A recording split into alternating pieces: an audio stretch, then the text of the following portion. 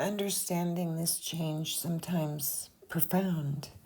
Many people discovered what they believed was generosity was actually survival. So let's discuss it a little bit. How do we know the difference between genuine kindness and fawning? We're going to continue building on this as one of the cohesive long-form educational pieces in this series. And so section 2, we're going to talk a little bit about generosity versus fawning. When kindness is authentic and when it is survival. Now that we've discussed the nervous system, the stress response, the fight, flight, freeze, and fawn, I want to ask a question that may feel a little uncomfortable. Because many people, including myself, at different times in life, believed they were simply kind, loyal, giving, patient, selfless, accommodating, strong, or even helpful, only to later discover parts of that behavior was survival. Not because they were manipulative, but not because they were weak, but because somewhere their nervous system learned keeping others comfortable keeps me safe. So, what is generosity? Well, healthy generosity is beautiful. Compassion is beautiful. Helping others is beautiful. Humans need community, connection, and care. Healthy generosity often sounds like, I'd love to help. I have the capacity to give. I choose to do this. I feel nourished when helping. I can also say no, right? I remain connected to myself. Healthy generosity leaves room for boundaries, for rest, for individuality, for reciprocity, for choices, for authenticity. And after helping someone, healthy generosity often leaves a person feeling very connected, very warm, heartfelt, fulfilled, purposeful, and at peace, right? So let's ask, what's fawning? Fawning sounds differently internally, even if outwardly it looks similar. So fawning often sounds like, if I say no, they'll be upset. I need them to be okay. I should help. I can't disappoint them. I'm responsible.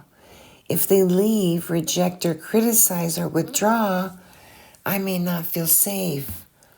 You notice something important here? Fear is present.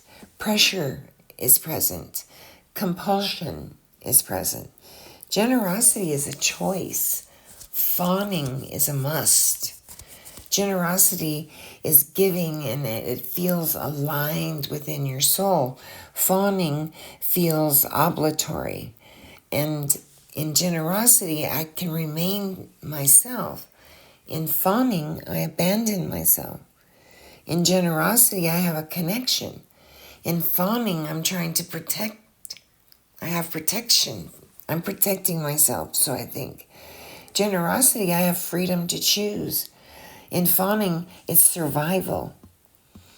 So reflection for you to ask on and pause here is, speak really slowly. Allow silence in your life. Ask yourself, when I help, do I actually want to? Or is fear consequences if I don't help? When I say yes, is that a choice or is it out of anxiety? Maybe after giving, do I feel fulfilled or do I feel exhausted? Am I feeling resentful, invisible, panicked? Do I know my own needs? Or mostly, do I know everyone else's needs? Because sometimes people realize, I know exactly how everyone around me feels, but I can't answer how I feel. That realization can be extremely painful and very freeing at the same time. In section 3 here, I'm going to go over the child who learned to survive. We all grew up as children. And I want to discuss children for a moment, because adults often blame themselves for patterns formed before they understand the world. Children depend upon caregivers, emotionally, physically, developmentally, and children cannot simply leave environments.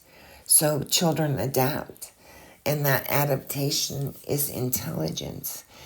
Imagine a child growing up around unpredictability, frequent conflict or criticism, emotional withdrawal, caretakers that were overwhelmed by their own pain, maybe addiction or instability, emotional inconsistency.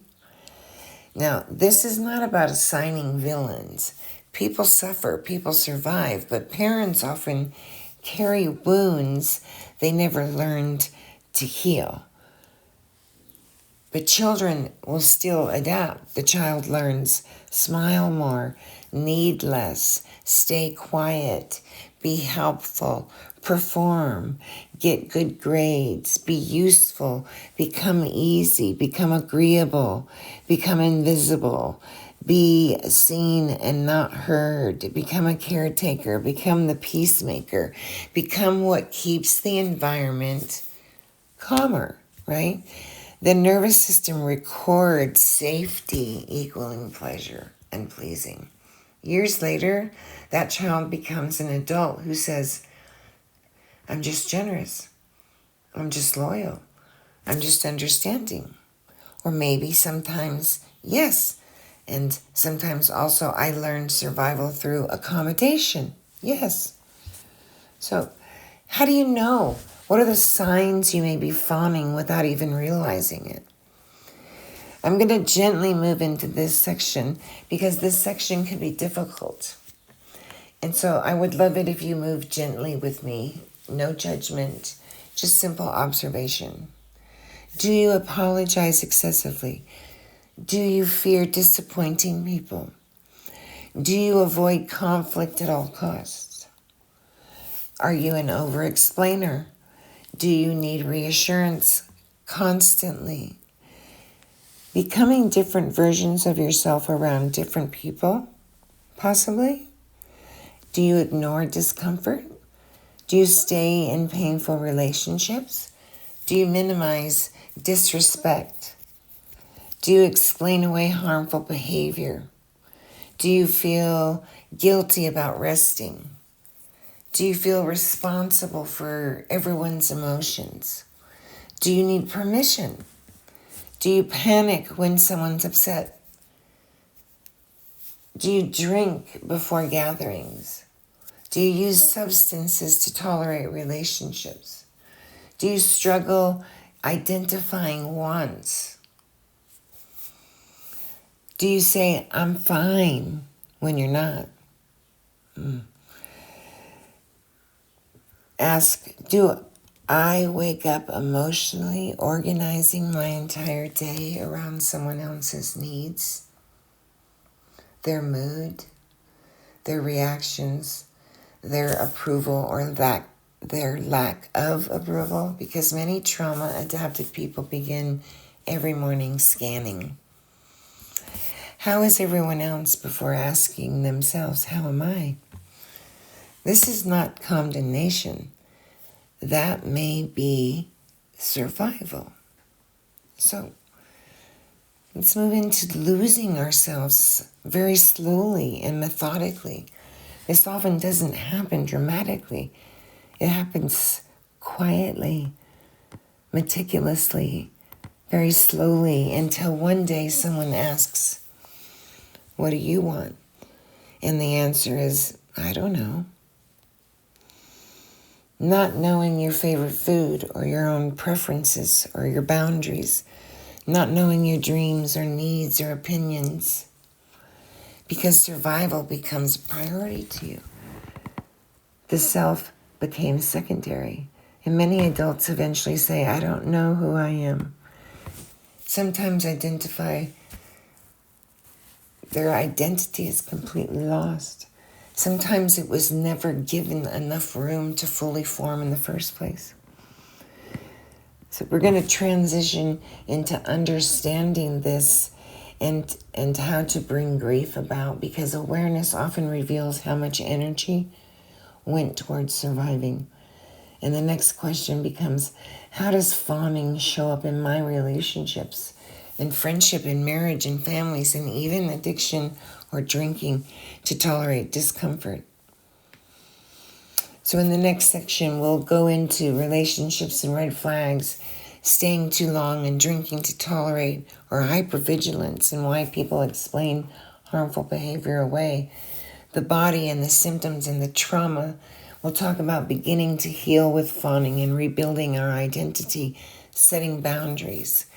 So if this resonates with you at all, please leave a comment, like, and share the video. Many are looking for this information and are unable to find it. Until next section, namaste.